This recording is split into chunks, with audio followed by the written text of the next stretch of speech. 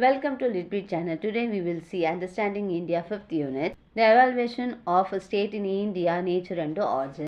In introduction part, the evaluation of the state in India has been a dynamic process shaped by historical, cultural and political factors.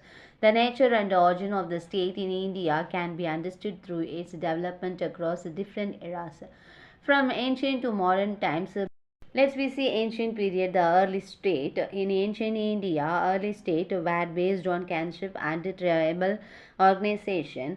These societies gradual transitions from being pastoral and nomadic and to settled agricultural communities, which to the formations of more structured political system.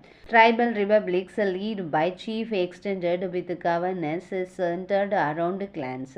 The Mahajanapadas saw the emergence of large kingdoms, some with monarchs and others as republics. The Mauryan emperors marked a shift towards centralized governance with rules like Chandragupta Maurya and Ashoka strengthening state control over trade, administrations and welfare. Next one, medieval period, the federal states. The medieval period in India saw the rise of federal state, which governance was decentralized. The rule granted land to nobles and officials in exchange for loyalty and military support. Religious institutions often played a significant role in state affairs. During the Delhi Sultans, persons administrative practice were introduced and a more centralized system of governance took shapes, with the local ruler paying tribute to the central authority. The Mughal emperor further centralized power, particularly under Emperor Akbar, who established a system of administration that integrated military and civil functions to ensure loyalty and efficiency. Next one is colonial period. The colonial state. During the colonial period, British rulers established a centralized bureaucratic state forced and metropolitan state forced on revenue collections and resource extraction. The governance systems with hierarchical and Indian participations in governance with minimal. After the Battle of Plassey in 1757, the East India Company began consolidating control over Indian territories following the revolt of 1857. The British Crowns took direct controls of India, introducing laws such as the Governance of India Acts of 1919 and 1935, which allowed for limited Indian participations in governance, setting the stage for the country eventual independence. Next one, modern period, the democratic state. Post independence, India became a democratic, secular, and federal state. It balanced central authority with regional autonomy and focused on promoting social justice and economic development. The Indian national movement fought for self rule, which culminated in India gaining independence in 1947. The adaptations of Indian constitution in 1950s formalized the state structure, including its commitment to fundamental rights, parliamentary democracy, and federalism, which have shaped the governance of modern India. Let's see the key features of state evaluation in India. Continuity and adaptation. Despite foreign influence from the Mughal and the British, India retains indigenous governance practice like village panchayats and local self-governance. These elements continue to shape the political system through various phases. Next one, integrations of diversity. The Indian state has evolved to manage its diverse linguistic, cultural, and religious groups in operating federal principles and special provisions for states like Jammu and Kashmir and the Northeast to address regional concerns. Next one, centralization to decentralization. Over time, India's governance has shifted from centralized system under empires to decentralized law. The introduction of the 73rd and 74th constitutional amendments further empowered local bodies to address grassroots issues effectively. The conclusion part, the evaluation of the state in India demonstrates a shift from tribal and kinship based governance to centralized empowers. Colonial bureaucratic rule, and ultimately a democratic system.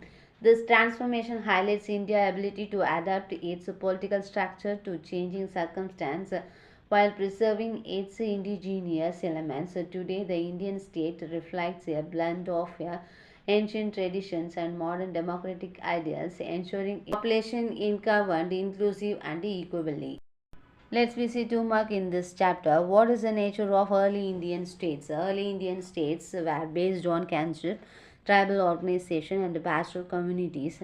These societies gradually transitioned to settled agricultural economy, leading to more organized political structure. Next one. What were the key features of Vedic era state? The Vedic era state has tribal republic Samitis led by chief governors with centralized on clan-based leadership. Next one, what is the Mahajanapadas? The Mahajanapadas were 16 large kingdoms in ancient India. Some had monarchical systems while others were republics, marking the first organized state in India. How did the Mauryan emperor contribute the state evaluation in India? The Mauryan emperors introduced centralized administrations under rulers like Chandragupta Maurya and Ashoka, expanding the state's rules in governance, trade, and public welfare. Next one, what was the nature of governance during the medieval period in India? The medieval period in India was marked by the federal systems where governance was decentralized, land nobles and officials were common, and religious institutions played an significant role in state affairs. Next one, what was the role of the Delhi Sultan in the evaluation of the state? The Delhi Sultan introduced persons, administrative practice, and centralized governance with local rulers paying tribute to the central authority. Next one, how did the Mughal emperor centralize state power? The Mughal emperor established the highly centralized state, particularly under Akbar, who introduced the Mansabdari systems to integrate military and administrative functions and ensuring loyalty and efficiency. What was the nature of the colonial state in India? The British colonial state was centralized bureaucratic system forced on revenue collections and resource exploitations with minimal participations from Indian citizens. Next one, how did the East India Company contribute to the evaluation of the state in India? The East India Company, after the Battle of Plassey, began asserting political control over India, initially in Bengal and later expanding its influence across the country. Occurred under British Crown's rule in India. After the revolt of 1857, the British Crown assumed direct control over India, introducing laws like the Government of India Acts, which allowed limited Indian participation in governance. Next one, what is the nature of the Indian state post-independence? Post-independence, India became a democratic, secular and federal state. It balanced central authority with regional autonomy and aimed to promote social justice and economic development. Next one, what was the significance of the Indian national movement in state evaluation? The Indian national movement laid the foundation for a democratic state emphasizing self-rule, which eventually led to Indian independence in 1947. Next one, how did the Constitution of India shapes the state? The Constitution of India, adopted in 1950, formalized the structure of the state, which features like fundamental rights, parliamentary democracy, and federalism, ensuring the modern democratic framework. Next one, what did Indian polity retain continuity and adapted over time? Indian polity retained indigenous elements such as village panchayat and local governance even during external influence like Mughal and British rule, adapting these elements to change time. How did the Indian state accommodate diversity? The Indian state evolved to accommodate linguistic, cultural, and religious pluralisms through a federal structure and special provisions for states like Jammu, Kashmir, and the Northeast. Next one, what is the shift from centralized to decentralized in India? India governance shifted from centralized empires to decentralized local self-governance, especially after the 73rd and 74th Amendments, which empowered local bodies to address grassroots issues. What role did village panchayat plays in Indian state evaluation? Village panchayat were a key features of Indian indigenous governance systems, continuing even under foreign rule and serving as a basis for local governance in modern India.